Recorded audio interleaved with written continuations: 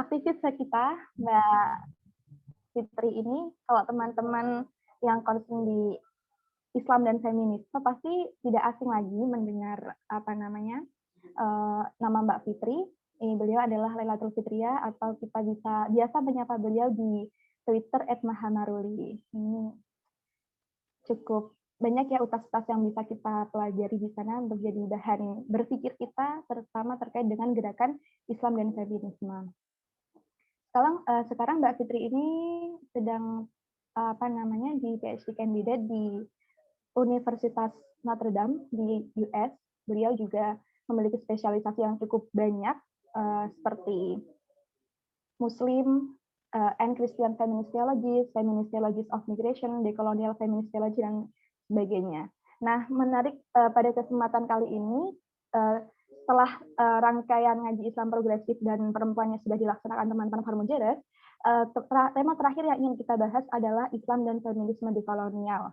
Karena melihat berbagai gelombang gerakan yang ada saat ini, terutama dari gerakan feminisme atau gerakan feminisme dekolonial ini mulai diarahkan oleh teman-teman dari gerakan feminis selatan. Kalau misalnya teman-teman bisa mengikuti feminisme dekolonial itu bisa membaca dari tulisan-tulisan yang ditulis oleh Lugones, terus kemudian juga terakhir forum di Indonesia itu sudah ada forum membahas masalah feminisme dekolonial, teman-teman bisa nyimak di isyarat feminisme dekolonial yang ada di, tidak salah di YouTube sudah ada, jadi bisa teman-teman cari.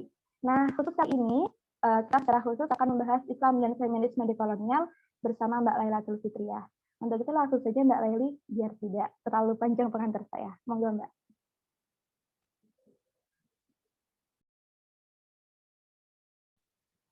Oke, assalamualaikum semua.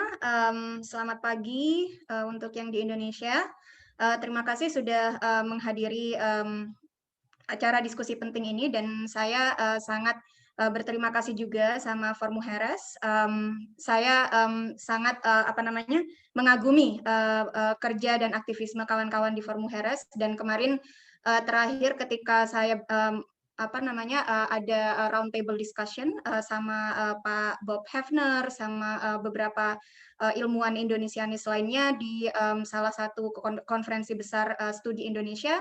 Saya juga menyebutkan Forum Mujeres sebagai salah satu contoh dari gerakan kontemporer feminis Islam di Indonesia yang patut untuk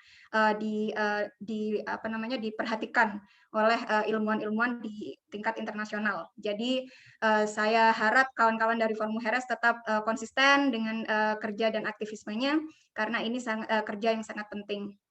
Oke, kita akan ngomong soal feminisme dekolonial dan Islam, dan saya mungkin akan memberikan presentasi pendek tentang hal-hal penting yang harus kita ingat ketika kita diskusi soal feminisme dekolonial dan Islam, dan setelah itu mungkin kita akan buka untuk pertanyaan langsung seperti itu ya, Ayu ya.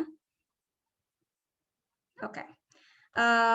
Baik, saya akan share screen sekarang.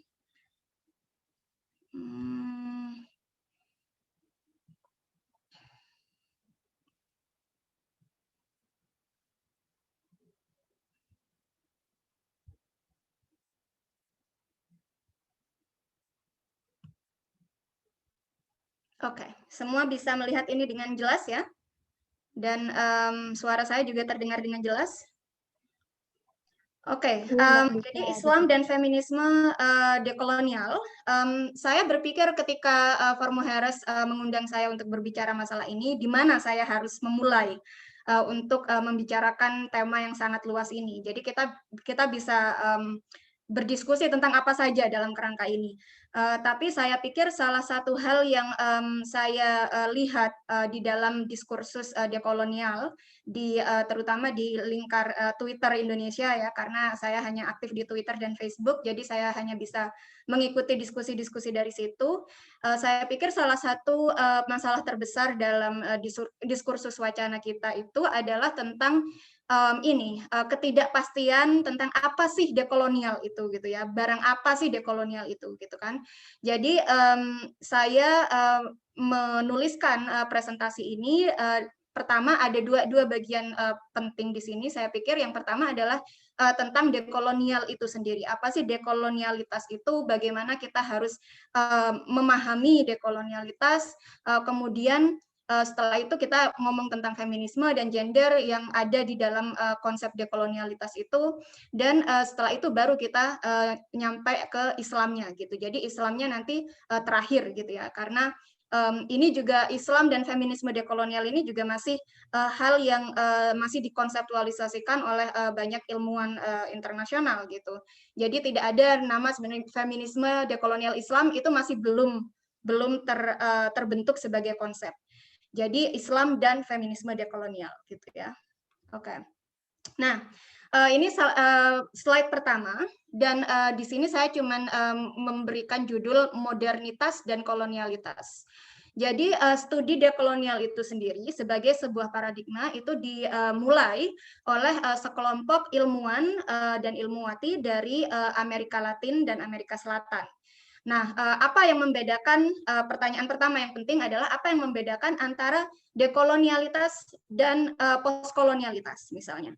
Nah, postkolonialitas itu juga studi penting lainnya, bidang studi penting lainnya yang dikembangkan oleh kelompok ilmuwan dan ilmuwati dari kebanyakan dari Asia Selatan, ya, jadi dari India dan sebagainya.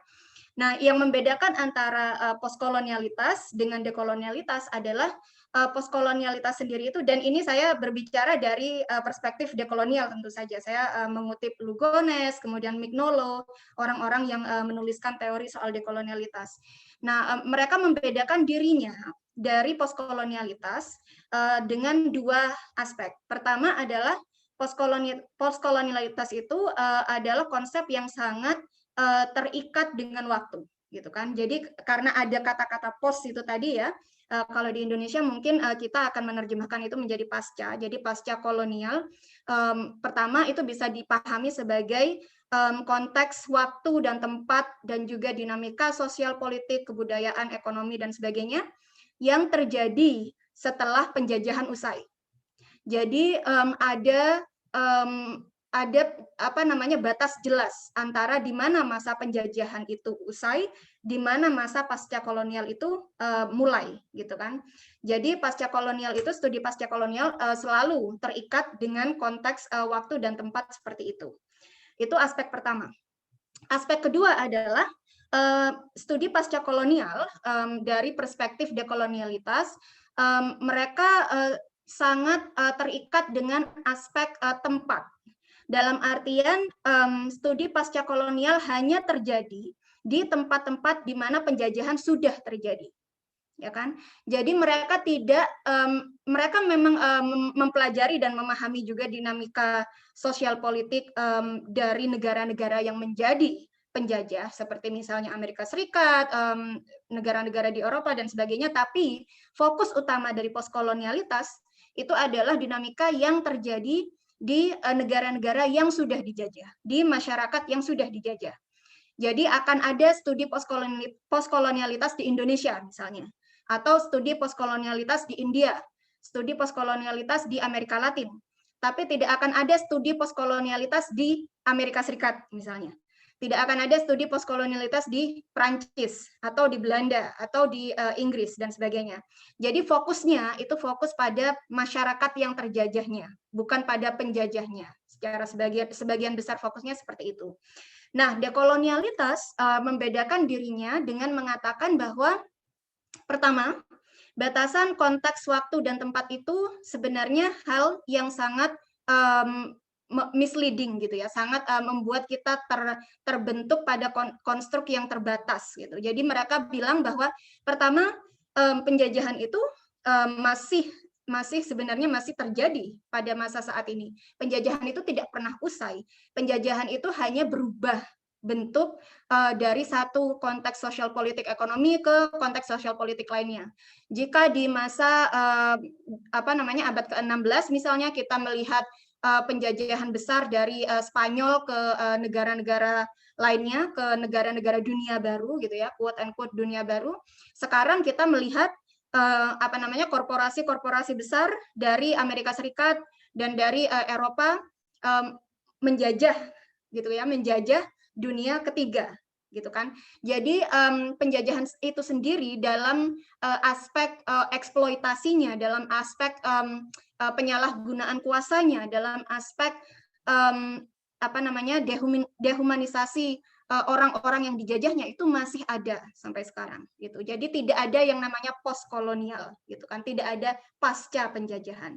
Itu yang pertama. Yang kedua, mereka juga mengkritik studi postkolonial dengan menyatakan bahwa kita tidak bisa memahami apa yang terjadi dengan kekerasan sistemik penjajahan ini hanya dengan memfokuskan studi pada masyarakat yang terjajah. Jadi kita juga harus melakukan studi, melakukan analisa terhadap masyarakat penjajah itu sendiri. Jadi studi dekolonial tidak hanya ada di Indonesia misalnya, atau di India, atau di Filipina misalnya. Studi dekolonial juga ada di dalam masyarakat Amerika Serikat. Studi dekolonial ada di masyarakat Prancis. Studi dekolonial ada di masyarakat Inggris. Jadi subjek yang harus dibahas dan harus dipelajari di dalam studi dekolonial itu bukan hanya masyarakat yang dijajah, tetapi juga masyarakat penjajah itu sendiri. Konteks penjajah itu sendiri. Nah, itu dua aspek yang harus kita ingat untuk membedakan antara apa sih perbedaan antara studi dekolonial dan studi postkolonial. Nah, sekarang di sini ada gambar. Saya nggak tahu apakah teman-teman ada yang bisa bahasa Latin atau tidak. Nah, ini gambar ini berasal dari abad ke-17 dan abad ke-18 dari ajaran Kristen pada waktu itu, jadi Kristen abad pertengahan. Ini namanya The Great Chain of Being, yang kalau di Indonesia bisa dimaknai sebagai siklus kehidupan besar, gitu ya. Jadi di sini kita bisa melihat Sapientia Edificat Fibi Domum, yang artinya adalah kebijaksanaan dibangun untuk kuasanya. Jadi kuasanya itu mengarah kepada kuasa Tuhan dan kuasa manusia, gitu kan? Nah, jadi di sini kita bisa melihat ada anak tangga. Ini adalah bangunan surga, gitu ya, atau bangunan kehidupan surgawi. Di sini ada Deus, Tuhan. Kemudian ada Angelus, malaikat. Ada Coelum, yang artinya surga. Berarti ini adalah konteks di mana mereka hidup, gitu kan? Coelum. Dan kemudian ada Homo, manusia. Ada Brutum, yang artinya the beast, gitu ya, atau bukan hanya hewan, tapi makhluk-makhluk non-human, gitu, makhluk-makhluk non-manusiawi, gitu ya, Brutum. Kemudian mana yang ini sebentar, saya kehilangan kursor. Kemudian ada planta, bisa dilihat ya, ada planta yaitu tumbuhan.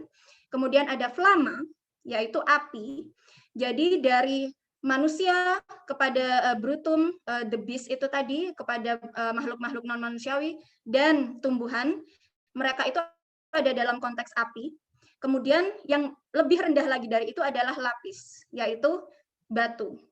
Nah, kenapa saya menunjukkan skala ini? Jadi mereka di dalam konteks Kristen abad pertengahan, mereka mempercayai bahwa paradigma inilah yang menata kehidupan kita di dunia, gitu kan? Jadi paradigma ini kemudian diadopsi misalnya setelah abad pencerahan oleh paradigma sekuler dan kemudian disekularisasi. Tapi akarnya adalah akar dari tradisi Kristen abad pertengahan. Nah, kenapa saya menunjukkan ini? Karena di sini saya pikir gambar ini sangat menunjukkan salah satu prinsip utama dari kolonialitas, dari konteks penjajahan. Apa prinsip utama itu? Prinsip utama itu adalah hierarki antara makhluk-makhluk yang diberikan hak untuk mengeksploitasi dan untuk menggunakan makhluk lainnya yang lebih rendah dari dirinya. Jadi itu salah satu prinsip utama konteks kolonialitas. Jadi di sini ada Tuhan yang menciptakan semuanya dan menguasai semuanya. Kemudian ada malaikat, ada di mana mereka semua hidup di surga, di Coelum. Kemudian ada manusia. Tapi siapa manusia di sini? Ketika kita berbicara dalam konteks penjajahan, manusia di sini adalah manusia laki-laki, heteroseksual, kulit putih, dari Eropa atau dari Amerika Serikat, yang memiliki pendidikan tinggi, yang memiliki properti, gitu kan ya, secara ekonomi memiliki properti, dan memiliki kekuasaan. Jadi itulah definisi manusia di dalam konteks kolonialitas. Di samping itu, brutum, the beast itu tadi, makhluk-makhluk yang non-manusiawi itu tadi, adalah orang-orang yang tidak kulit putih, tidak laki-laki, tidak heteroseksual, tidak memiliki properti, tidak berpendidikan, dan sebagainya. Jadi di sini ada pengelompokan antara makhluk-makhluk non-manusiawi dengan sebenarnya manusia lainnya yang mereka anggap sebagai makhluk yang tidak manusiawi, gitu kan. Nah, jadi ini adalah salah satu gambar yang dapat menjelaskan tentang prinsip utama kolonialitas itu tadi. Ada hierarki antara makhluk-makhluk yang ada di bumi ini, siapa yang bisa mengeksploitasi siapa, siapa yang bisa menguasai siapa, dan kemudian hierarki itu dijustifikasi untuk melakukan kekerasan gitu. Jadi kenapa misalnya orang-orang dari Eropa bisa menjajah Indonesia misalnya? Kenapa orang-orang dari Belanda bisa menjajah Indonesia? Itu bukan karena mereka jahat atau apa, tapi karena mereka adalah homo. Mereka adalah manusia. Sedangkan orang-orang di Indonesia, mereka adalah brutum. Mereka adalah the beast itu tadi. Mereka makhluk non-manusiawi. Maka itu bukan penjajahan sebenarnya dari kacamata kolonialitas. Itu adalah hak dari homo itu tadi, hak dari manusia itu tadi untuk mengeksploitasi dan menggunakan alam, gitu kan? Karena orang-orang lain yang bukan kulit putih, bukan laki-laki, bukan heteroseksual dan seterusnya, mereka adalah bagian dari alam. Seperti halnya ketika kita melihat pohon misalnya. Oh, pohon bisa dibentuk menjadi atap rumah. Oh, pohon bisa dibentuk menjadi mebel misalnya, bisa jadi meja atau kursi dan sebagainya. Seperti itulah mereka melihat makhluk lainnya, mereka melihat manusia lainnya. Dan seperti itulah mereka menjustifikasi praktek penjajahan itu tadi. Karena kalau misalnya saya misalnya besok saya akan memutuskan untuk memotong pohon, kemudian membuat meja. Tidak akan ada yang marah pada saya, tidak akan ada yang bilang saya tidak manusiawi atau apa, karena pohon adalah bagian dari alam. Itu hak saya sebagai manusia untuk mengeksploitasi alam. Nah, itulah paradigma yang menjadi dasar dari justifikasi penjajahan itu tadi. Oke. Sekarang ini gambar kedua. Di sini saya masuk pada elemen gender di dalam konteks penjajahan. Nah, di sini ada gambar yang bernama The Hottentot Venus atau perempuan Hottentot Venus. Nama asli dari perempuan ini adalah Sarah Baartman, dan dia adalah seorang perempuan dari salah satu suku asli di Afrika Selatan. Jadi pada abad ke-19, Sarah Baartman itu secara paksa dibawa ke London waktu itu untuk menjadi bahan tontonan, untuk menjadi bahan sirkus gitu ya. Jadi dia disuruh berdiri di sana dan dengan anatomi perempuan Afrika Selatan yang memiliki, mohon maaf, bagian belakang yang lebih besar daripada misalnya perempuan-perempuan di Eropa, dia menjadi sesuatu yang menjadi contoh dari konteks alam itu tadi. Jadi di sini kita bisa melihat orang-orang dari London gitu ya, ada orang-orang polisi London misalnya di sini, ada juga perempuan London, kemudian ada seorang laki-laki yang mungkin dari jasnya kita bisa lihat dia memiliki properti dan sebagainya. Mereka melihat gitu kan, melihat The Hottentot Venus, melihat Sarah Baartman sebagai spesies, bukan sebagai manusia seutuhnya gitu. Seperti kita belanja kambing untuk Idul Adha gitu kan. Oh, ini ya giginya bagus, jadi dia sehat. Oh, ini kenapa ya kok bagian tubuh yang ini sangat besar, ini ya sangat menjijikkan dan sebagainya. Seperti itu.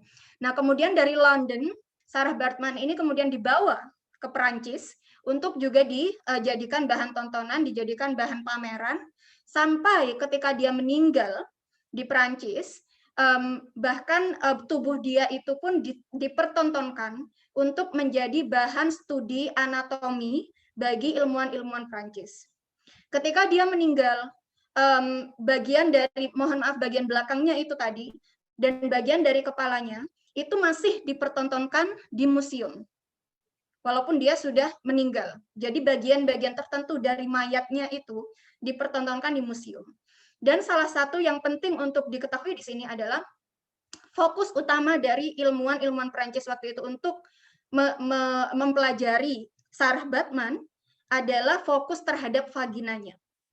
Jadi ada kepercayaan bahwa vagina dari Afrika itu sesuatu yang berbeda, sesuatu yang berbahaya, sesuatu yang perlu untuk dipelajari secara medis karena ada bahaya medis, bahaya seksual, bahaya moral dan sebagainya yang berasal dari vagina orang-orang yang memiliki kulit berwarna seperti itu.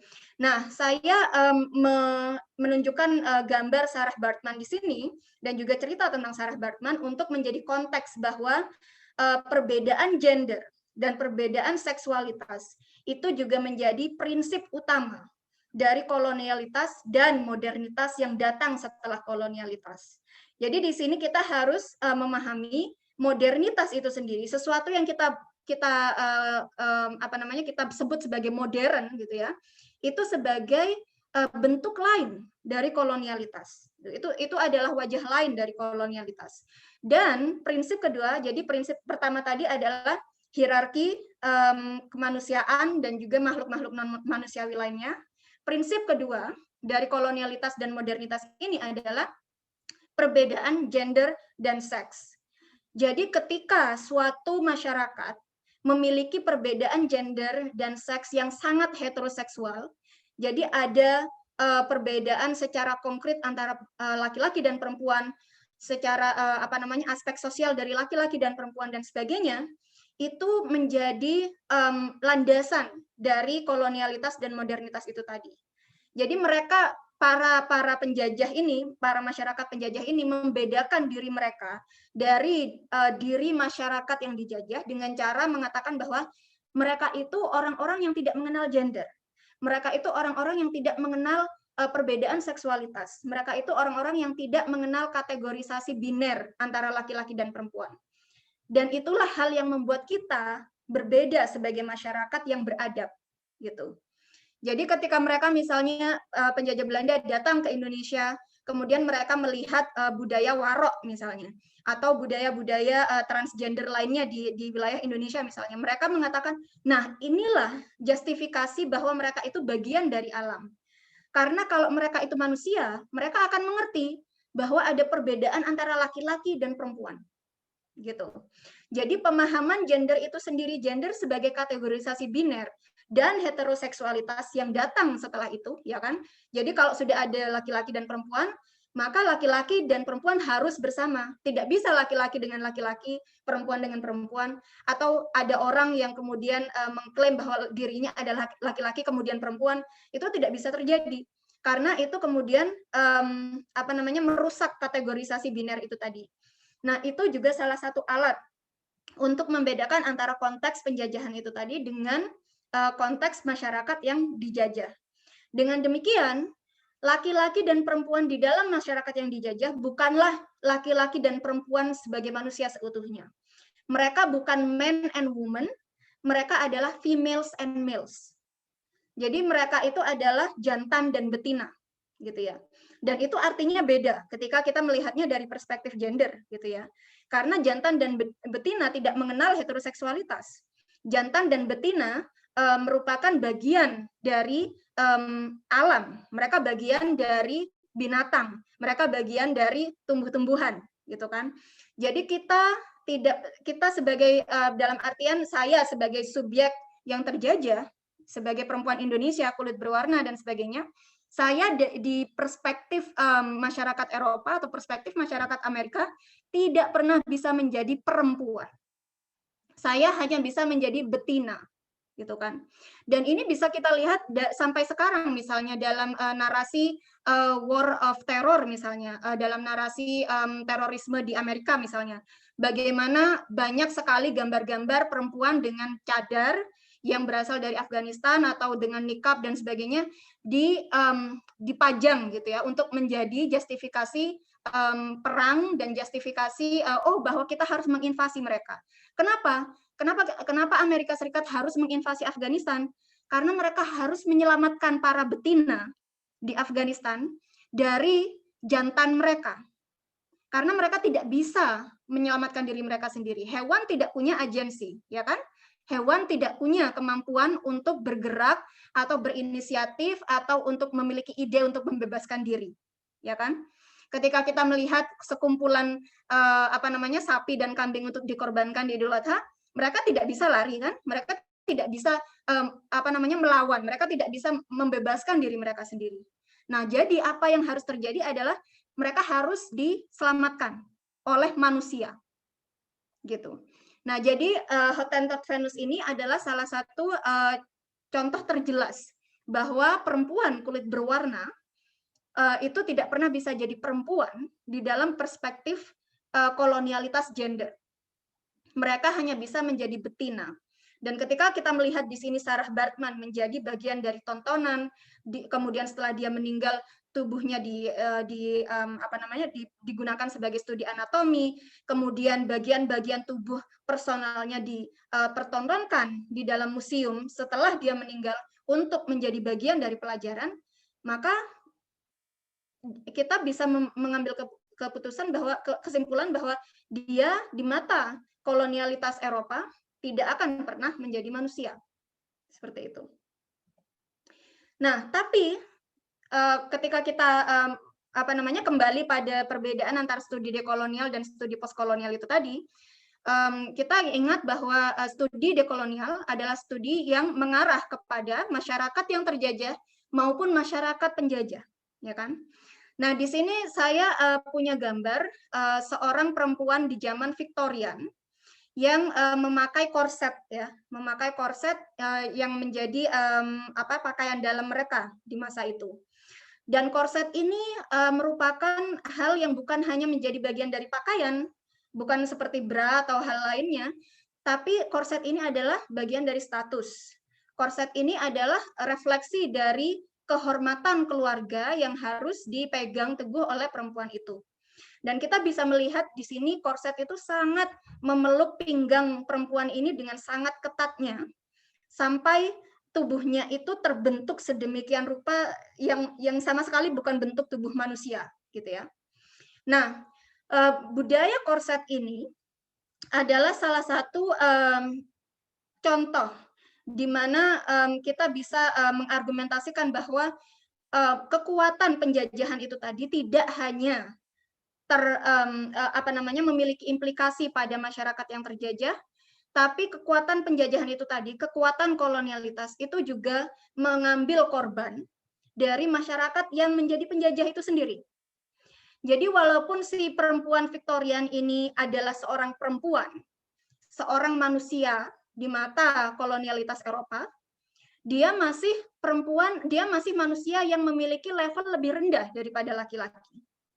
Dan karena itu kemudian otoritas patriarkal bisa menyuruh dia, bisa memaksa dia untuk bahkan mungkin merusak tulang iganya, ya, bahkan mungkin merusak tubuhnya untuk menjadi refleksi dari nilai-nilai patriarkal itu tadi.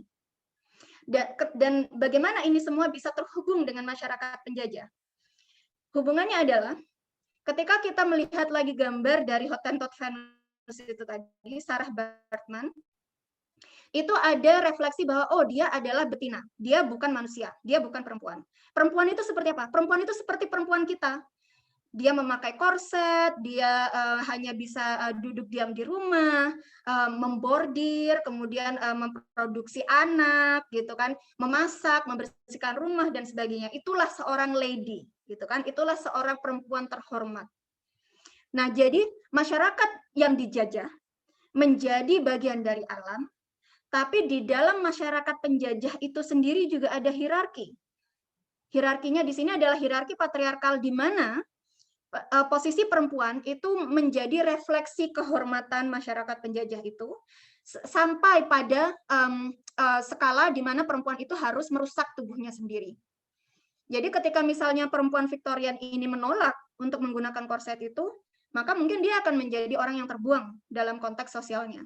Kalau dia mau jadi bagian dari masyarakat terhormat yang punya hak terhadap eksploitasi dari masyarakat yang dijajah, dia harus melakukan ini. Dia harus menjadi cerminan terbalik dari manusia-manusia betina yang ada di dalam masyarakat yang terjajah. Jadi dia harus menjadi refleksi lady itu, refleksi perempuan yang terhormat itu. Nah, jadi disinilah bedanya studi dekolonial dengan studi postkolonial itu tadi, salah satunya. Jadi ketika studi postkolonial mungkin akan membahas seseorang seperti Sarah Baartman misalnya dengan baik, tapi mereka akan berhenti pada konteks itu. Sedangkan studi dekolonial akan mempertanyakan, oke, di dalam masyarakat Afrika Selatan ada orang-orang seperti Sarah Baartman yang diobjektifikasi sedemikian rupa. Tapi apakah ada cerminan seperti ini di dalam masyarakat penjajah itu sendiri? Dan ternyata ada, gitu kan? Masyarakat Victorian mereka mempunyai budaya korset seperti ini. Kemudian di abad ke-16 Jerman misalnya banyak sekali tren di mana perempuan yang memiliki independensi sebagai tukang sihir misalnya ya kan, ada penyerbuan tukang sihir dan mereka akan dibakar di alun-alun kota misalnya. Nah, hal-hal seperti itu menjadi fokus dari studi dekolonial juga.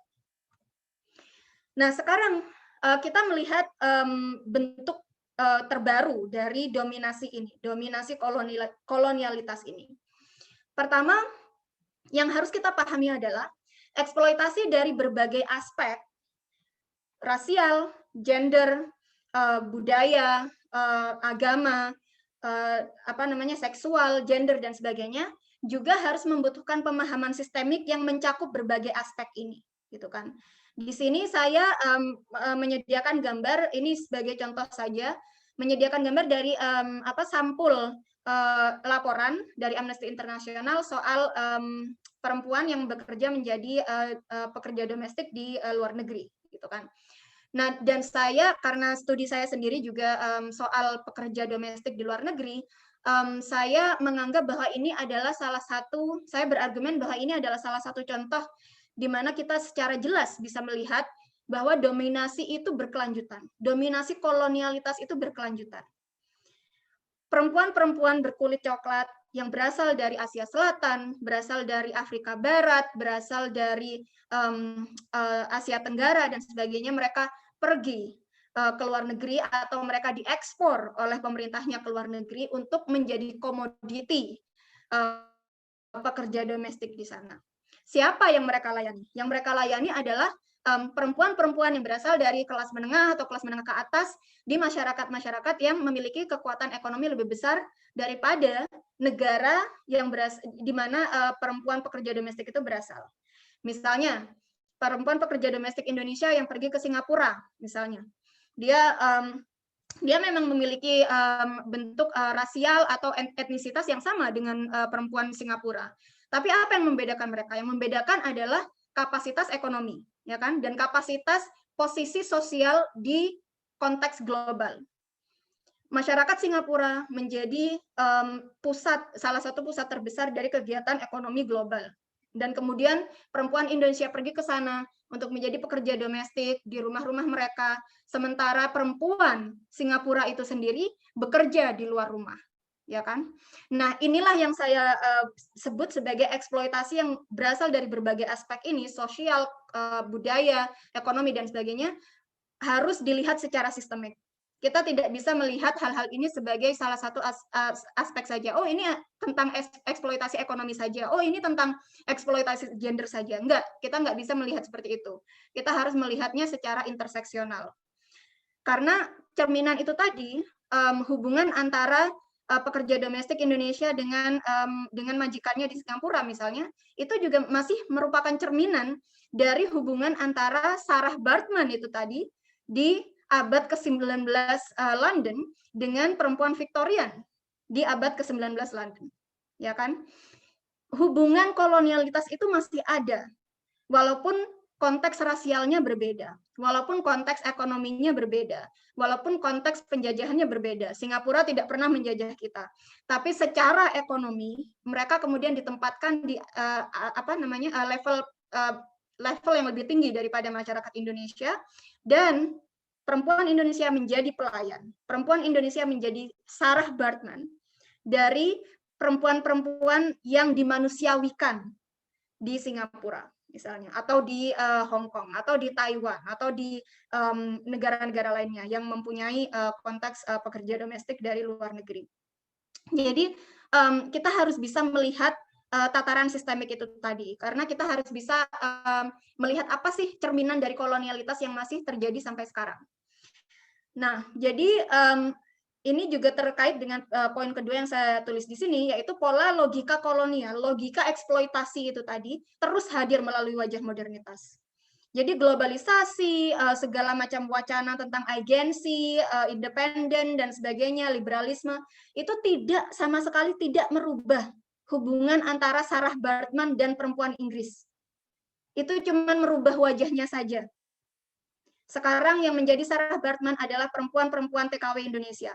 Yang menjadi perempuan Inggris, Victorian Inggris adalah perempuan-perempuan di Taiwan, di Hong Kong, di Singapura dan sebagainya, ya kan? Nah, kemudian tentu saja pertanyaannya adalah apakah penjajahan sudah usai? Nah, jawaban dari pertanyaan ini sangat tergantung pada penjajahan seperti apa yang kita lihat. Kalau kita melihatnya dari perspektif pasca kolonial, seperti di gambar yang sebelah kiri ini, tentu saja sekarang kita sudah tidak hidup seperti ini, tidak ada menir lagi, tidak ada nyai, tidak ada hal-hal seperti itu dan sebagainya. Tapi lihatlah gambar di kanan. Bagaimana ibu-ibu kendeng masih berjuang untuk membebaskan lahan mereka dari eksploitasi korporasi yang bekerja sama dengan negara. Jadi ketika di abad ke-19 kita dijajah oleh Belanda, sekarang kita dijajah oleh penjajah yang berasal dari dalam negeri, yang masih menjadi perpanjangan tangan dari kekuatan kolonial yang berada di luar negeri, gitu kan? Jadi penjajahan tidak usai, penjajahan masih ada di sini, cuman wajahnya saja yang berbeda, konteksnya saja yang berbeda. Dan untuk memahami hal ini, kita perlu untuk melakukan analisa sistemik, bukan analisa satu persatu aspek gitu ya. Nah, kemudian sekarang bagian kedua, apa peran Islam? Saya pikir kalau saya ingin menjelaskan secara pendek apa peran Islam di dalam feminisme dekolonial, yang terus terngiang di dalam benak saya adalah surat Al-Ikhlas. Qul huwallahu ahad, Allahus samad, lam yalid walam yulad, walam yakul lahu kufuwan ahad. Konsep keesaan Allah itu yang penting. Kenapa? Pertama, konsep keesaan Allah adalah bentuk dari dekonstruksi kategori biner.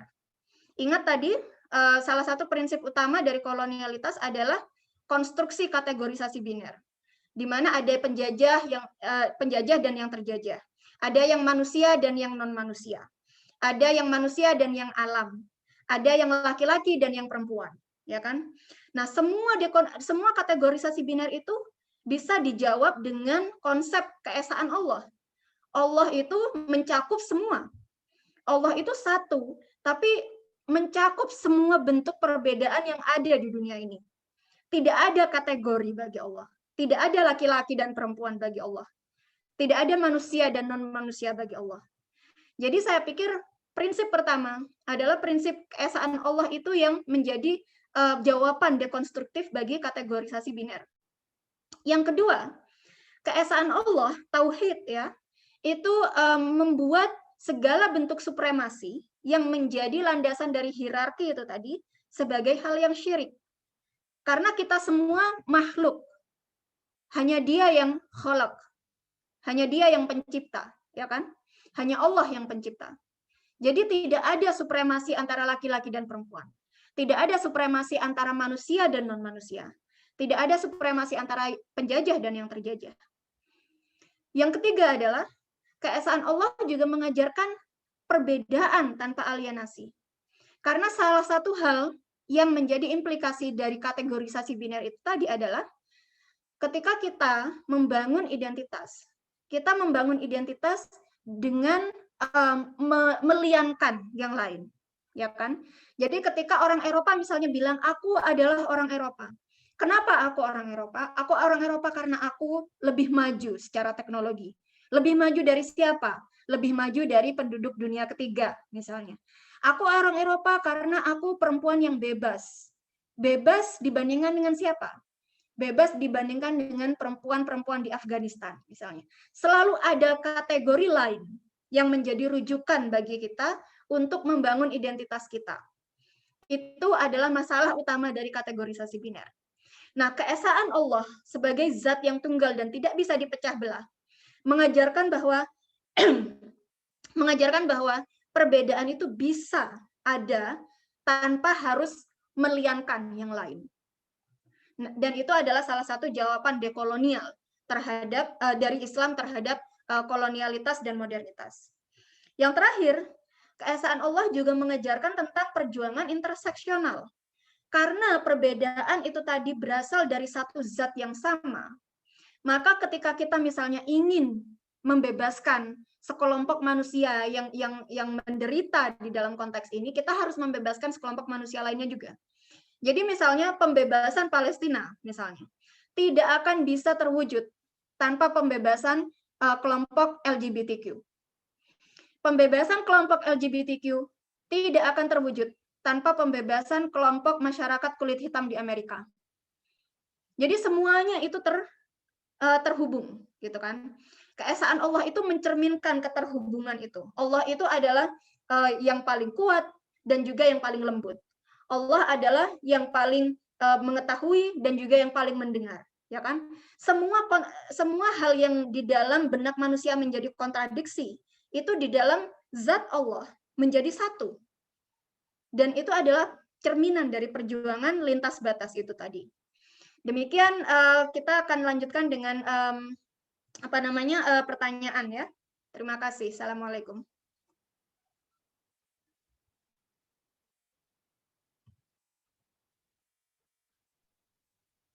Baik, terima kasih Mbak Fitri. Pertanyaannya sangat menarik sekali tadi. Saya nggak bisa mendengar jelas. Ayu, suaranya? Terdengar Mbak? Apakah terdengar dengan jelas? Ya, sekarang udah lebih jelas.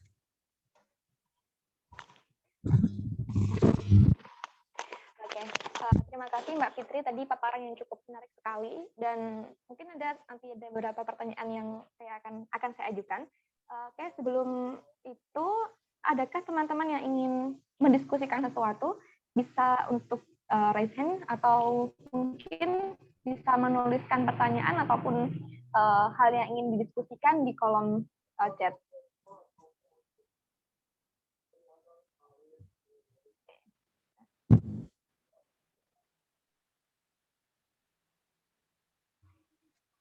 Ada yang raise hand.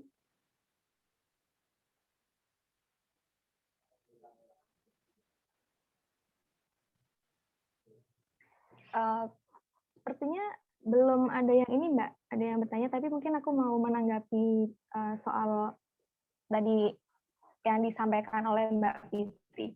Tadi aku menariknya yang soal terakhir, yang keesaan Allah itu kan ada yang dinamakan, tadi Mbak Fitri mengatakan untuk semua makhluk atau makhlukat itu, di golongan makhlukat itu tidak ada hierarki yang ada ya, antara mungkin antar yang terjajah dengan yang penjajah dan lain sebagainya. Tapi yang kemudian kita perlu concern adalah ada hierarki yang tercipta antara kholik dan makhluk gitu.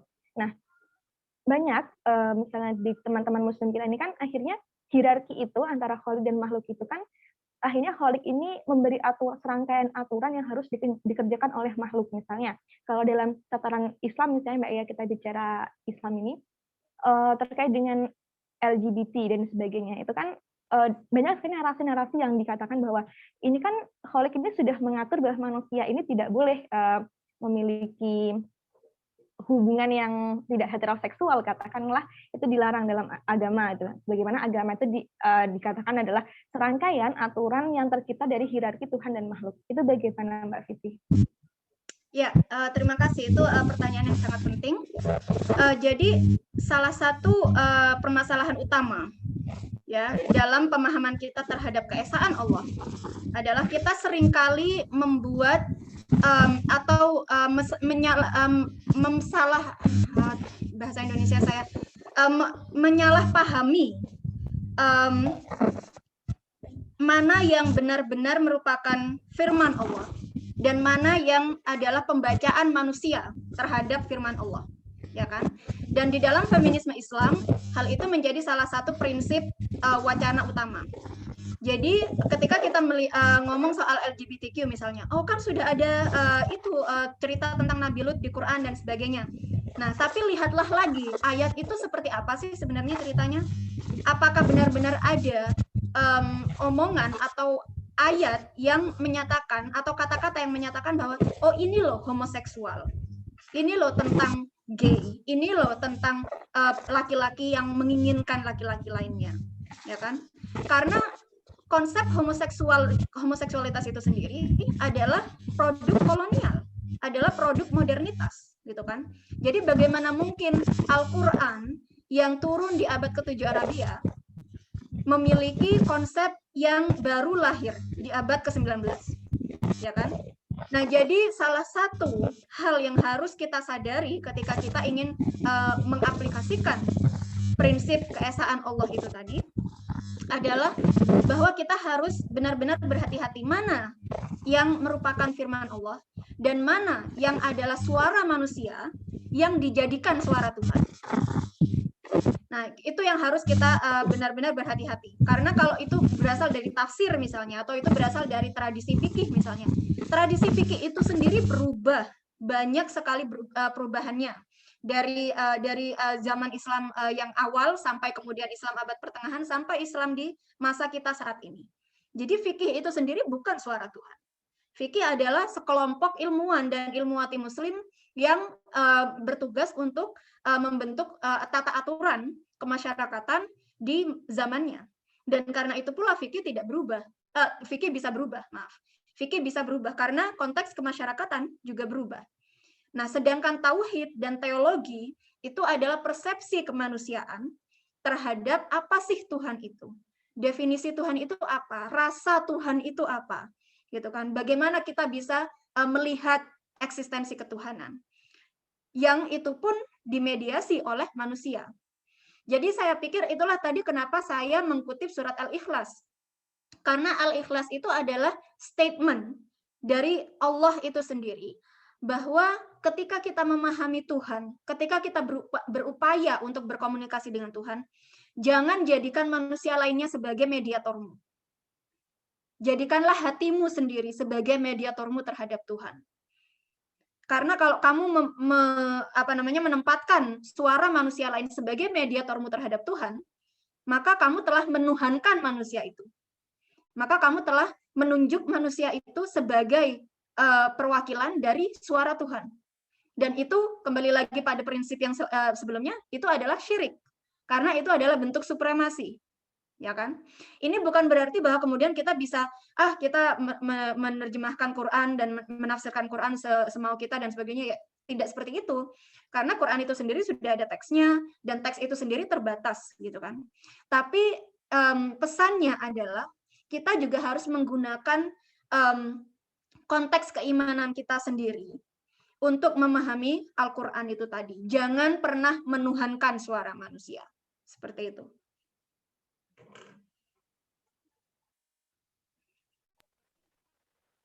Berarti dalam konteks ini bisa dikatakan ketika kita berbicara masalah keesaan Tuhan ini, kita juga secara tidak langsung mungkin kalau biasanya menuhankan mediator itu menurut saya nih Mbak ya.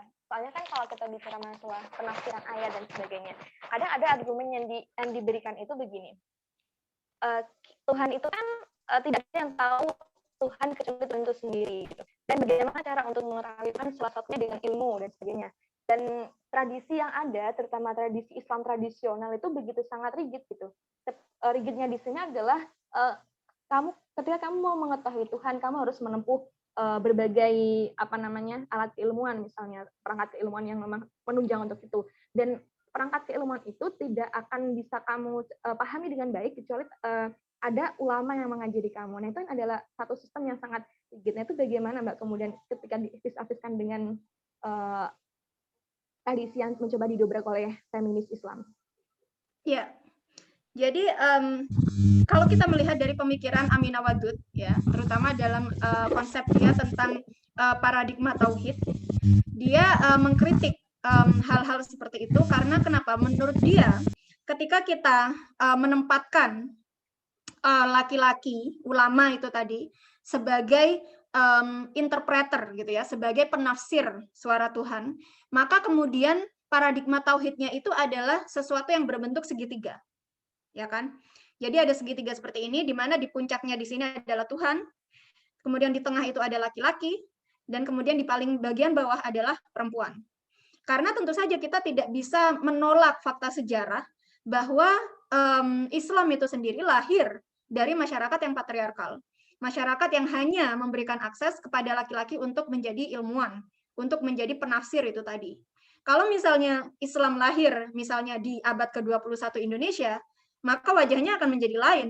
Mungkin akan pertanyaan tentang apakah perempuan bisa menjadi imam sholat misalnya tidak akan ada gitu kan. Tapi karena Islam lahir dari abad ke-7 Arabia, konteks masyarakat patriarkal di mana patriarki itu sendiri menjadi bagian dari norma kehidupan masyarakat, maka kita sebagai pembaca dan pemeraktek gitu ya, tradisi keislaman di masa kini, kita juga harus mengingat hal itu di kepala kita gitu loh. Bahwa sebenarnya pemosisian laki-laki di antara perempuan dan Tuhan itu tadi, di dalam segitiga itu tadi, itu adalah konteks sejarah. Itu bukan kemauan Tuhan. Itu adalah konteks sejarah dan konteks sosial politik dari lahirnya Islam. Dan apa yang harus kita lakukan sekarang? Yang harus kita lakukan sekarang mungkin adalah daripada berpegangan pada prinsip itu, kita harus berpegangan pada prinsip ayat yang menyatakan bahwa Tuhan lebih dekat daripada nadimu. Nah, kalau Tuhan sudah lebih dekat daripada nadimu, kenapa kamu masih butuh suara-suara lain untuk memvalidasi keimananmu? Ya kan? Kenapa kamu masih butuh pemahaman-pemahaman lain untuk memvalidasi apa yang kamu percayai tentang Tuhan? Kalau kamu percaya bahwa Tuhan adalah maha lembut, maha pencinta, mengapa kamu masih harus mencari suara lain yang kemudian menyatakan bahwa ya Tuhan maha pencinta tapi bukan sama gay, ya Tuhan maha pencinta tapi bukan sama transgender, ya kan? Kalau Tuhan maha pencinta, dia maha pencinta, ya kan? Dia al-wadud, ya kan? Nah, jadi disitulah kemudian saya pikir cerminan dari kekuatan kolonialitas itu tadi tercermin di dalam cara kita untuk memahami Islam. Sebenarnya Quran itu sendiri sudah membuka peluang bagi kita. Banyak sekali ayat yang menyatakan, bacalah ayat Allah di antara daun-daunan. Bacalah ayat Allah di antara bintang-bintang, di antara makhluk di lautan. Apa artinya? Artinya adalah bahwa alam ini sendiri telah membantu kita untuk memahami Allah. Kita tidak butuh tradisi otoritas itu tadi untuk memvalidasi itu semua. Kenapa kita mempunyai kebutuhan seperti itu? Karena konteks kolonialitas itu tadi. Konteks kolonialitas yang membuat kita terbiasa bahwa kita harus memiliki izin dari menir untuk berlaku sesuatu, ya kan? Kita harus memiliki izin dari korporasi di Amerika untuk melakukan ini. Kita harus mempunyai taman teknologi seperti Silicon Valley, gitu kan? Semua hal-hal yang menjadikan kita subjek itu tadi, itu adalah habitus dari kolonialitas. Itu adalah kebiasaan yang terbentuk dari kolonialitas. Dan hal ini yang kemudian mempengaruhi teologi kita tentang Tuhan. Kita berpikir bahwa Tuhan itu adalah kekuatan kolonial. Kita berpikir bahwa Tuhan itu adalah kekuatan yang mengeksploitasi kita, yang membuat kita menjadi subjek, yang mengobjektifikasi kita, sehingga kita kemudian menjadi terbentuk dari aturan-aturan ini. Padahal tidak, padahal Allah adalah Al-Wadud, padahal Allah adalah Maha Pencinta, gitu kan?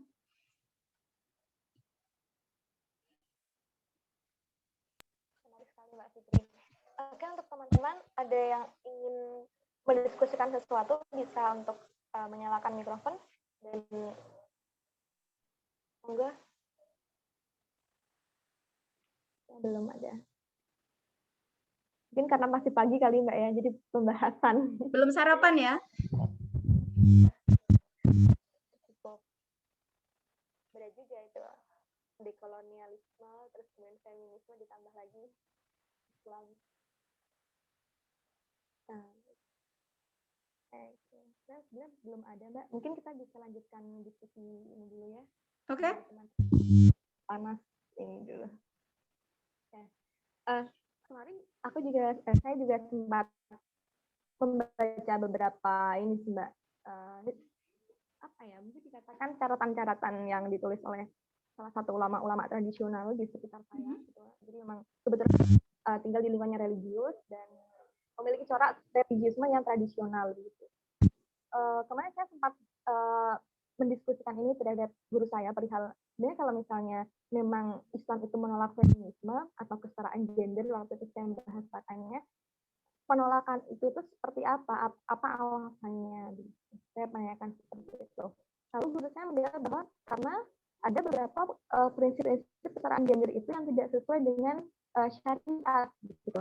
Dan beliau mengatakan bahwa ya kesetaraan gender bisa diterima selama itu tidak menyalahi syariat. Nah itu poin pertama. Jadi saya kemudian ketrigger untuk membaca gitu masalah syariat ini bagaimana begitu.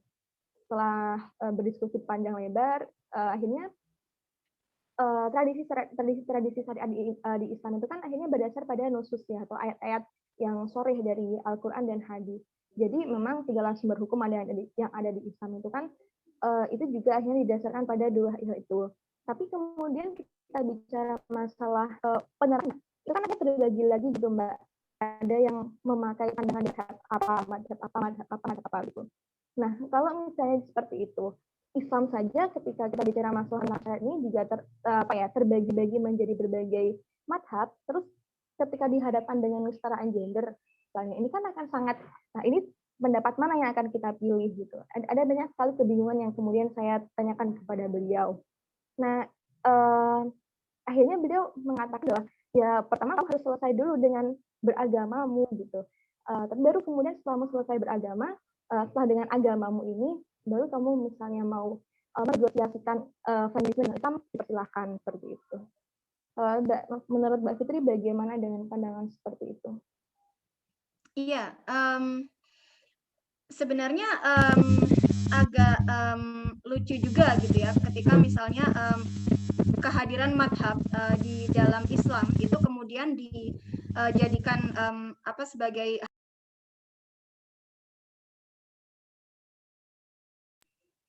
jadi sebenarnya lucu ketika kehadiran madhab di dalam Islam. Bisa didengarkan ya? Tadi saya kok tiba-tiba mute.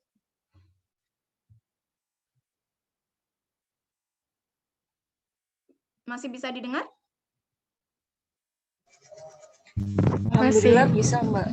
Oke. Iya, jadi menurut saya kalau kita bicara dari perspektif feminisme, kehadiran madhab di dalam Islam itu sendiri adalah bentuk dari keberagaman pemikiran di dalam Islam, gitu kan? Itulah hal yang membedakan kita dari otoritas Katolik misalnya, di mana semua bentuk hukum dan tata aturan sosial itu harus berasal dari otoritas yang memiliki hierarki yang sangat rigid, gitu kan? Di dalam Islam yang kita tahu saja, kita punya 5 mazhab yang berbeda, belum yang kita tidak tahu gitu kan, belum yang Syiah misalnya, ada berapa mazhab di dalam Syiah, ada berapa mazhab di dalam Ahmadiyah misalnya. Nah, hal-hal seperti itu saya pikir tidak bisa menjadi halangan untuk menerima perspektif feminisme, karena hal itu menjadi refleksi keberagaman di dalam Islam. Bahkan ada alat di dalam Islam yang digunakan untuk merubah tradisi itu sendiri, ijtihad misalnya, ya kan? Jadi ada konsep-konsep yang bisa kita kita bisa lakukan untuk merubah hukum itu sendiri. Ada bahsul masail misalnya. Nah, jadi kenapa kita mempersulit diri ya untuk menerima perubahan dan untuk membuat diri kita lebih baik, untuk membuat diri kita bisa menerima perbedaan secara lebih baik dengan hal-hal yang sudah bahkan dari sananya sudah mengakomodir perbedaan gitu loh. Fakta bahwa ada Hanafi, ada Hambali, ada Syafi'i dan sebagainya, itu adalah fakta bahwa Islam itu tidak satu. Islam itu tidak pernah menjadi satu. Dan Islam itu selalu berada pada tataran kontekstual.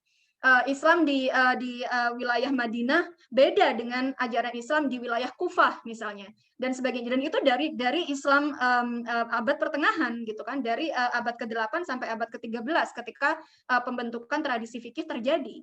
Maka kenapa kita di saat ini yang sudah menerima berbagai macam kemajuan dalam hal berpikir soal bagaimana kita berpikir soal hak asasi manusia, bagaimana kita berpikir soal kebebasan dan sebagainya, kita malah membatasi diri kita sendiri dengan mengatakan bahwa oh kita harus ini dulu, oh kita harus belajar agama dulu dan sebagainya. Ya memang kita harus belajar agama, ya memang kita harus mendengarkan orang yang lebih berotoritas. Tapi itu bukan hal yang Islami saja, toh gitu. Ketika Anda mau jadi insinyur misalnya, ya Anda harus pergi ke jurusan insinyur gitu kan, jurusan pertanian atau teknik dan sebagainya.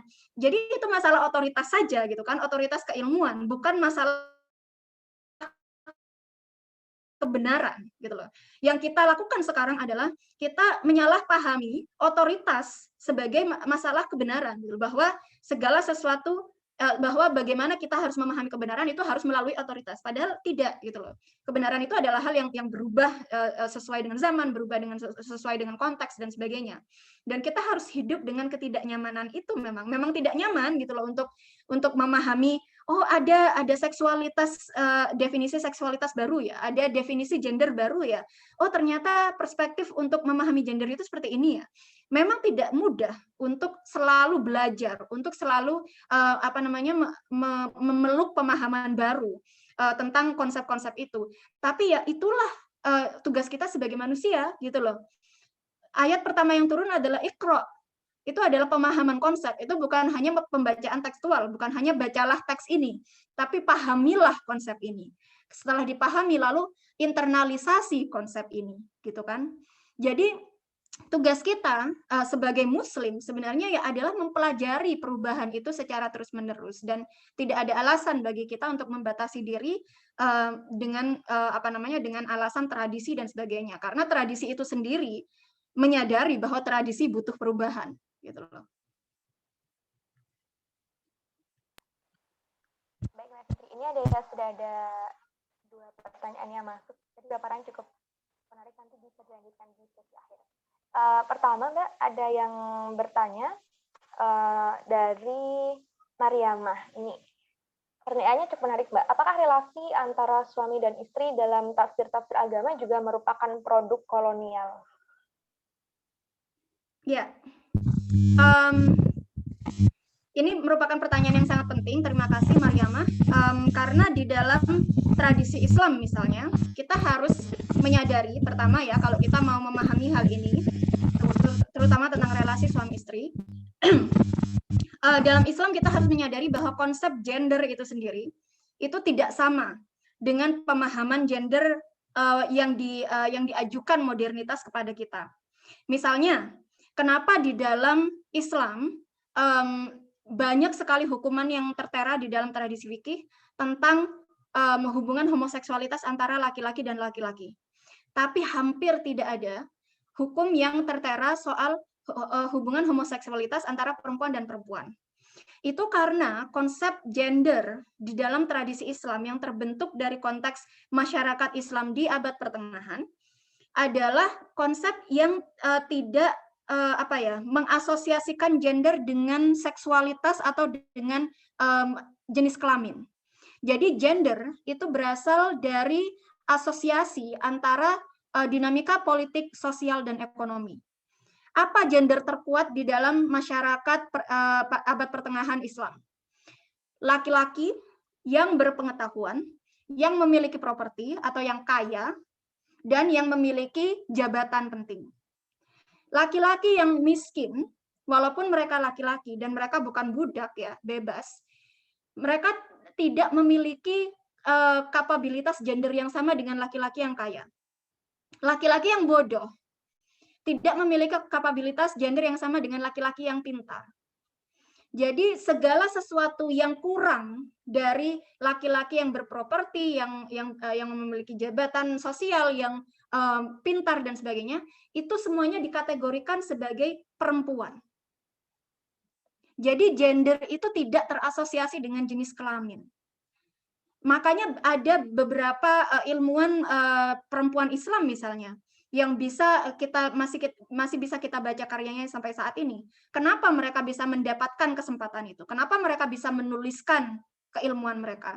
Itu karena mereka adalah perempuan yang kaya, memiliki keturunan dari keluarga yang terpandang, memiliki posisi sosial yang tinggi, dan mereka juga pintar. Jadi di dalam kategorisasi gender, mereka lebih tinggi daripada laki-laki yang bodoh, miskin, dan tidak mempunyai posisi terpandang, walaupun mereka perempuan, gitu loh. Jadi itu konsepsi secara pendek ya, karena mungkin kita tidak punya waktu untuk menjelaskan ini secara panjang. Tapi disitulah konsepsi gender itu terbentuk di dalam tradisi Islam. Jadi bukan seperti oh laki-laki, perempuan, oh penis, vagina, oh kemudian gendernya ini dan gendernya ini. Jadi konsepsi gender dalam Islam seperti itu. Nah, pada pertanyaan ini, relasi antar suami istri dalam tafsir-tafsir agama, terutama Islam, kalau kita mau mengikuti perintah agama dalam tradisi Islam tentang relasi antara suami istri, maka suami itu memiliki kewajiban untuk memenuhi segala hak istri, ya kan? Dan istri memiliki kewajiban untuk menyediakan akses seksual kepada suami. Kenapa? Karena konsep pernikahan di dalam Islam itu adalah konsep transaksional. Konsep transaksional yang terjadi di antara dua pihak yang sama-sama sadar dan sama-sama bertanggung jawab. Jadi suami membeli akses seksual istri melalui mahar. Jadi mahar itu bukan hadiah cinta dan sebagainya, itu adalah harga bagi akses vagina kita. Dan karena tugas istri hanya untuk menyediakan akses seksual, maka tugas-tugas lainnya seperti misalnya mencuci piring, melahirkan anak, menyusui anak, dan sebagainya, itu tidak termasuk dalam tugas istri sebenarnya. Nah, kenapa kemudian di dalam masyarakat Indonesia sekarang banyak hal-hal yang dikaitkan dengan nilai keislaman dan kemudian diasosiasikan dengan gambaran istri sebagai istri yang solehah adalah istri yang memiliki banyak anak, kemudian diam di rumah, rumahnya bersih dan banyak estetik, ya kan? Kemudian bikin YouTube channel dan bercerita tentang bagaimana rumah tangganya sangat bahagia dan sebagainya. Padahal hal-hal itu bukan berasal dari tradisi fikih tentang relasi hubungan suami istri, gitu loh. Tentu saja tafsir-tafsir seperti itu, dan ini tafsir sosial ya, karena tafsir tradisionalnya pun menunjukkan bahwa istri tidak punya kewajiban untuk hal seperti itu. Istri tidak punya kewajiban untuk melahirkan anak di dalam Islam. Nah, jadi tentu saja tafsir-tafsir sosial seperti itu adalah produk kolonial. Kalau kita melihat ya, karena saya sudah banyak sekali tenggelam di dalam YouTube channel yang para artis punya itu ya, tentang rumah tangga artis muda itu sangat menarik bagi saya secara antropologis ya. Dan salah satu hal yang membuat saya tertarik adalah bagaimana gambaran relasi suami istri yang ditunjukkan oleh mereka itu sangat mirip dengan relasi suami istri zaman Victorian. Sangat mirip dengan konsep suami istri di abad ke-19 Inggris. Bukan di abad ke-7 Masehi Arabia. Gitu. Jadi tentu saja tafsir sosial yang seperti itu yang menunjukkan istri harus menjadi seorang yang pasif, melahirkan anak dan menjaga rumah secara bersih dan sebagainya. Ya, itu produk kolonial. Kenapa? Karena itu adalah landasan dari masyarakat kapitalis. Dan masyarakat Islam itu tidak pernah menjadi masyarakat kapitalis. Karena sistem ekonomi Islam itu bukan sistem ekonomi kapitalis. Jadi landasan relasi suami istri yang menjadi suami adalah kerja di luar, istri kerja di rumah, kemudian melakukan kerja-kerja reproduksi sosial, itu adalah landasan masyarakat kapitalis, bukan masyarakat Islamis. Jadi ya tentu saja ada sangat banyak pengaruh produk kolonial dalam tafsir sosial kita, pemahaman sosial kita terhadap relasi suami istri yang kemudian dibungkus menjadi hal yang Islami.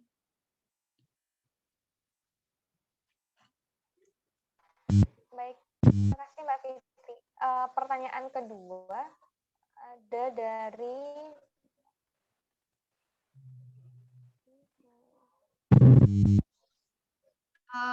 Ayu, ini ya frozen ya layarnya, jadi saya nggak bisa dengar kalau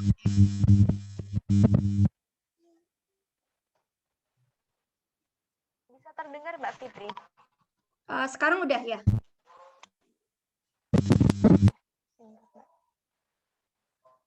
Oh ya Allah.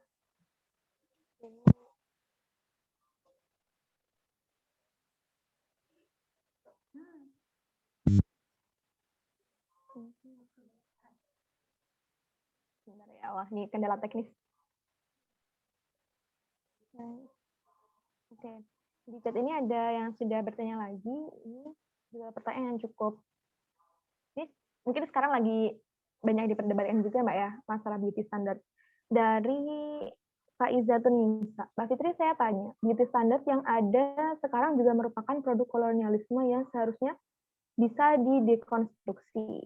Tapi mengapa sampai saat ini pandangan ini sulit diubah? Terima kasih banyak Mbak.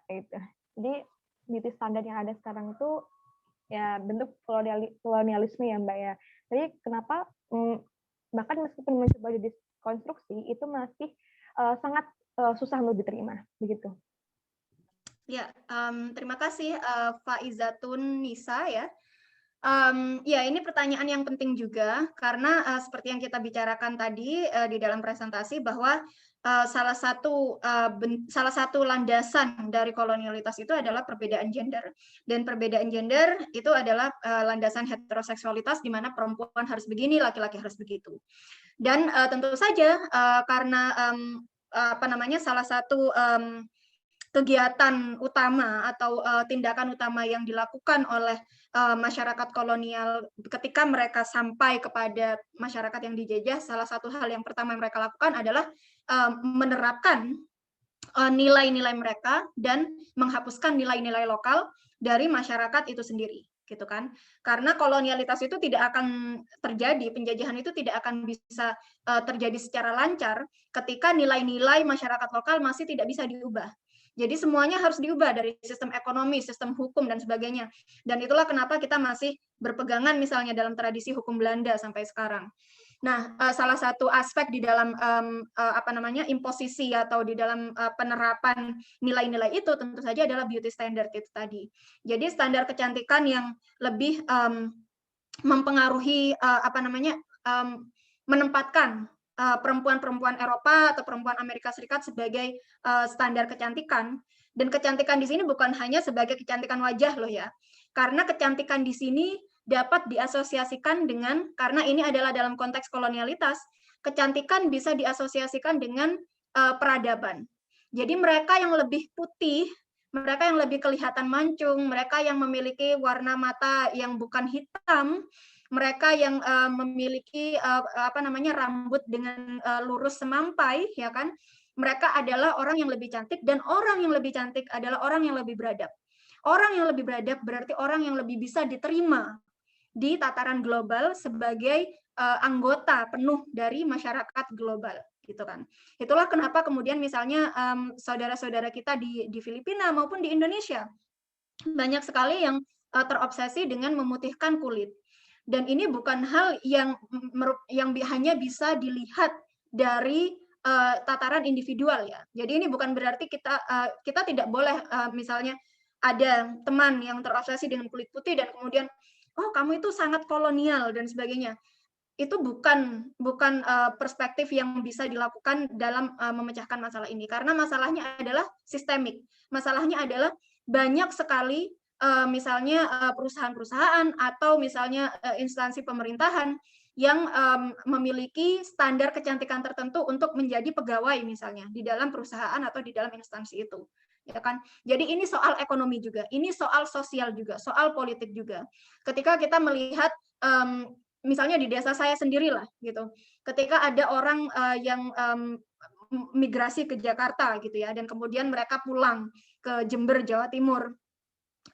Dan mereka membawa anak-anaknya, dan kemudian anak-anaknya itu sangat putih gitu kan, sangat berbicara dengan bahasa yang berbeda, kemudian mereka kelihatan keren dengan baju-baju kotanya gitu kan. Hal-hal seperti itu adalah hal yang juga menaikkan tingkat sosial politik keluarga itu gitu kan. Jadi satu hal yang sangat saya rasakan misalnya ketika pertama kali saya datang ke Amerika, kemudian pertama kali mudik ke Indonesia adalah betapa status sosial dan politik keluarga saya itu menjadi terangkat sangat tinggi. Dan salah satu hal yang menjadi basis bukan karena saya kuliah di Amerika, bukan karena saya memiliki ilmu yang lebih atau hal-hal seperti itu, bukan karena keahlian saya, tapi karena saya terlihat lebih putih. Oh, Laili lebih bersih ya. Oh, sekarang sudah lebih langsing ya. Pasti di Amerika makanannya sehat-sehat. Pasti di Amerika hidupnya di dalam AC terus, ya kan? Jadi hal-hal seperti itu yang menjadi landasan sosial politik bagi masyarakat kita. Dan ya, ini adalah bagian dari kolonialitas. Ya, ini butuh dekonstruksi dekolonial. Tapi satu hal yang penting untuk kita sadari ketika kita ingin mendekonstruksi hal-hal yang berhubungan dengan kolonialitas adalah seperti yang Mignolo juga Lugones katakan adalah kita sebenarnya kerusakan kolonialitas itu sangat besarnya. Sampai mungkin kita tidak bisa membersihkan aspek kolonialitas itu secara putih bersih. Kita tidak bisa kembali ke era di mana kolonialitas tidak terjadi. Jadi satu hal yang bisa kita lakukan terus mengkampanyekan bahwa standar kecantikan itu tidak hanya satu, standar kecantikan itu beragam, gitu kan? Dan kecantikan itu sendiri sebagai konsep itu adalah konsep yang sangat problematik, sangat bermasalah dari sisi gender, dari sisi kolonial, ekonomi dan sebagainya. Kita terus menyuarakan itu sehingga 1-2 orang mungkin akan bergabung dengan kita untuk mendekonstruksi hal itu. Tapi mungkin selama kita hidup, kita tidak akan melihat masalah ini selesai. Karena yang penting dari kegiatan dekolonial, yang penting dari aktivisme dekolonial adalah bagaimana kita terus mempertahankan aktivisme kita walaupun kita tidak melihat hasilnya. Gitu. Baik, Mbak. Itu catatan untuk ini ya, para pejuang kesetaraan gender juga ya, bahwa pun saat ini belum, tapi juga tidak boleh sampai berhenti dilakukan. Nah, ini pertanyaan yang cukup menarik juga, Mbak, dari Ivan. Ini bertanya soal fisik ketertindasan perempuan yang dikondisikan oleh beragam ketertindasan yang sering disebut sebagai interseksionalitas. Ini prinsip. Biasanya kalau kita di gerakan feminisnya ada prinsip ini.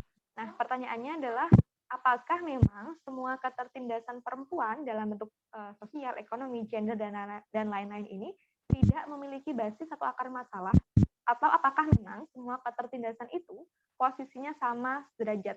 Nah, ini kan sebenarnya yang menjadi pertentangan di antara para golongan feminis, utamanya feminis Marxis, yang melihat bahwa ketertindasan perempuan ini memiliki basis, yakni ekonomi atau corak produksi kapitalisme.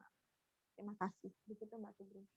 Ya, terima kasih Ivan. Pertanyaannya sangat sistemik, sangat semoga saya bisa menjawab dengan secukupnya ya. Jadi ya, tentu saja semua bentuk ketertindasan ini memiliki akar masalah. Dan satu akar masalahnya adalah kolonialitas. Apa kalau bahasa Indonesianya? Slash ya. Saya nggak tahu apa bahasa Indonesianya slash itu. Kolonialitas dihubungkan dengan kapitalisme, dengan patriarki. Karena ketiganya itu adalah hal yang terkait satu sama lain. Dan itu satu akar masalah yang harus kita dekonstruksi bersama. Entah Anda feminis Marxis, entah Anda feminis religius, dan sebagainya. Yang penting Anda bukan feminis liberal atau girl boss feminism. Jadi semuanya itu adalah hal yang harus kita dekonstruksi bersama. Dan ya memang ada perbedaan antara beragam arus feminisme, dan saya pikir saya sendiri sebagai seorang feminis, saya melihat perbedaan itu wajar-wajar aja gitu loh. Karena memang kita harus ketika misalnya saya sebagai seorang feminis religius harus menjangkau permasalahan di dalam konteks ekonomi misalnya, dan juga harus menjangkau permasalahan di dalam konteks religius misalnya, tangan saya cuma 2 gitu loh. Jadi saya sebagai feminis religius tidak punya kapasitas untuk itu. Ya, saya alhamdulillah punya rekan-rekan dari feminis Marxis yang mempunyai fokus terhadap opresi ekonomi, atau teman-teman yang berasal dari feminis spiritual atau feminis sekuler yang fokus terhadap kekerasan yang disponsori negara misalnya. Saya sangat berterima kasih dengan kehadiran kawan-kawan itu gitu loh. Dalam tataran diskursus wacana, saya pikir segala macam bentuk argumentasi antara perbedaan antara arus feminisme ini adalah hal yang sehat. Tidak ada yang perlu untuk disatukan, tidak ada yang perlu untuk dikondisikan seperti apa. Dan mungkin satu hal yang penting yang harus kita lakukan adalah membentuk skala kerjasama yang lebih bagus di antara arus feminisme yang berbeda-beda ini. Jadi kita bisa, saya sebagai feminis religius misalnya, saya bisa mengkritik feminis Marxis tentang ketidaksadaran mereka tentang pentingnya agama misalnya. Tapi itu bukan berarti bahwa saya tidak mau bekerja sama dengan mereka. Itu bukan berarti bahwa saya menilai bahwa satu-satunya masalah penting yang harus kita selesaikan di dalam feminisme adalah tentang masalah kekerasan berbasis agama misalnya. Tidak. Jadi hal-hal seperti itu harus dalam tataran aktivisme ya, kita harus memiliki konteks yang lebih baik lagi untuk bekerja sama antara arus feminisme yang berbeda-beda ini. Dan untuk pertanyaan yang poin pertanyaan kedua, apakah kemudian semua bentuk ketertindasan ini adalah hal yang berada dalam level yang setara?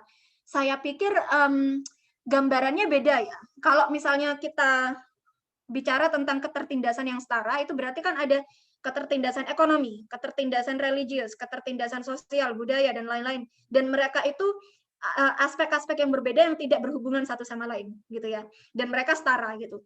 Gambarannya bukan seperti itu menurut saya. Gambarannya adalah mereka ini adalah seperti contohnya seperti bola karet yang digulung bersama-sama. Jadi ada karet merah, ada karet hijau, ada karet kuning, ada karet warna lain, tapi mereka menjadi satu bola bersama. Misalnya, ada salah satu partner dialog saya di dalam riset yang saya lakukan terhadap kehidupan para pekerja domestik perempuan Indonesia di luar negeri. Beliau teropresi secara ekonomi. Karena itulah beliau bekerja di luar negeri, ya kan? Tapi di dalam rumah majikannya, salah satu eksploitasi yang paling sering dia paling sering dia derita adalah eksploitasi agama. Dia dipaksa untuk makan babi. Dia tidak boleh sholat. Sehingga ketika dia ingin sholat, dia harus sholat di kamar mandi. Karena harus bersembunyi dari majikannya. Kemudian di rumahnya di Indonesia, ketika dia mengirim uang, ya kan, balik ke keluarganya, mengirim remittance ke keluarganya untuk suaminya dan sebagainya, ternyata setelah beberapa tahun dia menemukan bahwa suaminya itu menggunakan uang yang dia kirimkan untuk menyelingkuhi wanita lain, gitu kan, menyelingkuhi perempuan lain dan dijadikan biaya untuk belanja perempuan ini, gitu kan. Nah, apa yang harus kita ketertindasan macam apa yang menjadi poin utama dari konteks kehidupan perempuan yang saya hadapi ini? Apakah religius, apakah ekonomi, apakah patriarkal? Ketiga-tiganya. Karena dia pergi ke luar negeri untuk menjadi TKW karena suaminya tidak mau bekerja dan mereka membutuhkan biaya untuk anak mereka, ya kan? Jadi itu adalah ketertindasan patriarkal yang membuahkan kesulitan ekonomi, membuahkan ketertindasan ekonomi. Kemudian ketertindasan ekonomi ini diterjemahkan menjadi ketertindasan agama di dalam konteks rumah majikan. Jadi yang harus kita lakukan ketika misalnya kita menghadapi kasus seperti itu, feminis Marxis, feminis religius, dan feminis arus lainnya harus bekerja sama untuk menyelesaikan masalah ini. Bagaimana masalah ini harus diselesaikan dari aspek ekonomi, dari aspek patriarki, dari aspek kehidupan domestik, dan dari aspek keagamaan. Jadi seperti itu. Jadi gambarannya bukan hal-hal yang berbeda kemudian terpisah dan menjadi setara, tapi gambarannya lebih kompleks, lebih rumit. Ini seperti bola bekel yang dibuat dari banyak karet gelang, gitu. Kalau menurut saya. Baik, Mbak. Jawabannya cukup sistematis juga, sama seperti pertanyaannya Mas Ivan. Nah, ini mungkin jadi pertanyaan terakhir ya, Mbak. Ini juga cukup pertanyaan yang cukup kritis sih. Dari GG nih, tidak ada nama ya. Dia melihat bahwa dalam ketertindasan gender ini ada pola yang sama, sehingga dalam melihat ketertindasan ini, misalnya standar kecantikan pada zaman kolonial dan postkolonial, sebenarnya memiliki pola yang sama. Kita kembali pada zaman Islam klasik dan kemudian pada zaman kolonial kedua ini memiliki variabel pola yang sama, sehingga juga menjawab penindasan. Nah, dia ingin bertanya bahwa apakah basis dari agama sebagai pengeluaran ketertindasan gender, misalnya mungkin agama sebagai agama pembebasan, masih sebagai sumber utama dalam mendekonstruksi perlawanan atau mengeluarkan ketertindasan gender dan lain. Sebab kolonial terus berubah dan terus mengakuisisi berubah. Kalau aktivitas kita bisa dilihat di dalam ekonomi Islam tumbang. Ya. Ini mungkin apakah masih relevan Mbak menggunakan misalnya agama sebagai ini ya sumber pembebasan dari proses dinamika yang ada begitu? Ya, terima kasih GG pertanyaannya, dan ini merupakan pembacaan saya ya atau pemahaman saya terhadap pertanyaan Anda. Saya pikir kasus-kasus seperti kapitalisasi ekonomi Islam itu tidak bisa digunakan sebagai argumen bahwa Islam secara keseluruhan tidak bisa lagi menjadi landasan pembebasan atau landasan dekonstruksi dekolonial gitu. Karena kapitalisasi ekonomi Islam itu sendiri, ya betul, itu adalah produk dari wajah kolonialitas yang terus berubah dan kemudian mengakomodir atau mengkooptasi gitu ya ajaran Islam dan kemudian mengembangkannya menjadi kapital. Dan itu adalah masalah yang harus kita pecahkan bersama. Namun masalah yang terjadi di pojok ekonomi Islam itu tadi itu tidak berarti bahwa misalnya prinsip tauhid di dalam teologi Islam atau prinsip ihsan di dalam etika Islam misalnya tidak lagi bisa menjadi landasan liberasi kolonial gitu. Seperti misalnya ketika kita melihat konteks pembebasan Afrika Selatan yang dipimpin oleh Nelson Mandela misalnya, salah satu pilar utama dari pembebasan itu adalah gerakan pemuda dan pemudi Islam di Afrika Selatan. Dan mereka benar-benar bersandar pada ayat-ayat Al-Quran, terutama surat Al-Ikhlas itu tadi, dan juga beberapa ayat lainnya yang mengajarkan kita tentang bagaimana kita harus menghadapi ketidakadilan, ya. Itu untuk landasan mereka untuk membebaskan Afrika Selatan dari sistem kolonial yang menjajah mereka pada saat itu, gitu. Seperti salah satu, dan saya bukannya tahu ini first hand gitu ya, saya tidak tahu ini secara langsung, namun saya berguru pada seseorang yang menjadi salah satu pemimpin gerakan pemuda dan pemudi Islam di saat itu, yaitu Profesor Ibrahim Musa. Dan beliau pada saat itu benar-benar menggelorakan semangat liberasi yang berasal dari ayat-ayat Al-Quran gitu. Jadi saya pikir sebagai paradigma secara keseluruhan, Islam itu sendiri masih sangat-sangat potensial untuk menjadi landasan liberasi dekolonial. Kenapa?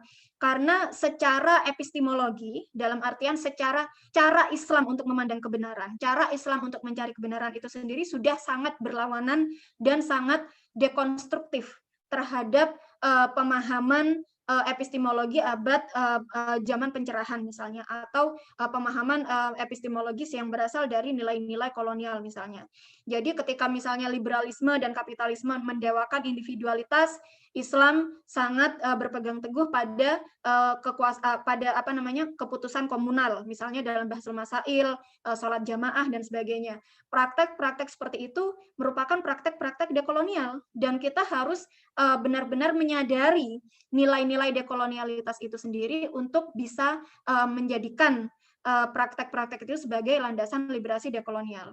Jika ada masalah di dalam komunitas Muslim Indonesia saat ini, masalah itu adalah kita tidak menyadari betapa kayanya, betapa potensialnya Islam untuk menjadi pembuka jalan liberasi dekolonial. Kita hanya menggunakan Islam sebagai praktek keseharian, kita menggunakan Islam sebagai bagian dari hukum negara, kita menggunakan Islam sebagai alat penindasan perempuan, menggunakan Islam sebagai alat kapital, tapi kita tidak pernah menggunakan Islam sebagai alat liberasi dekolonial. Dan saya pikir kalau secara praksis ya, kita bisa melihat hal itu dari nilai-nilai keislaman yang dibawa oleh ibu-ibu Kendeng, misalnya yang bisa dilihat dari film dokumenter yang Febriana Firdaus buat itu, apa sih namanya, Our Mother's Land ya. Itu kita bisa melihat bagaimana nilai-nilai Islam di situ dihidupkan oleh ibu-ibu Kendeng. Walaupun mereka tidak tahu sama sekali soal teori-teori dekolonial, mereka sama sekali tidak tahu soal Mignolo, soal postkolonial dan sebagainya, tapi mereka sudah menginternalisasi nilai-nilai itu dan membawa nilai-nilai itu menjadi hidup di dalam kehidupan mereka dan perjuangan mereka. Saya pikir itulah masalah utama yang ada dalam komunitas Muslim Indonesia. Jadi langkah berikutnya yang harus kita lakukan adalah bagaimana kita harus membawa diskusi ini menjadi hal yang nyata, menjadi pembangunan gerakan sosial yang nyata, sehingga dekonstruksi itu bisa kita lihat. Baik, terima kasih. Juga catatan bagi Forum Mujairah sendiri ya, bagaimana kemudian ke depan kita harus terus menginternalisasi nilai-nilai Islam ini sebagai sumber daripada liberasi perempuan, terutama kita fokus di situ. Nah, sepertinya kita forum ini kita cukupkan sampai sekarang dulu, Mbak. Mungkin bisa kita lanjut di forum-forum selanjutnya. Terima kasih banyak Mbak Fitri. Paparannya sangat mencerahkan sekali, dan juga tadi banyak sekali PR yang kemudian menjadi pemantik bagi kita untuk nanti terus mengkonsepkan masalah Islam dan feminisme di kolonial, terus juga bagaimana gerakan-gerakan yang harus kita bangun ke depan dan sebagainya. Nah, mungkin sebagai penutup saya mengucapkan terima kasih kepada teman-teman yang sudah bergabung dalam 7 series ngaji Islam progresif dan perempuan yang dilaksanakan oleh Forum Mujairah, dan juga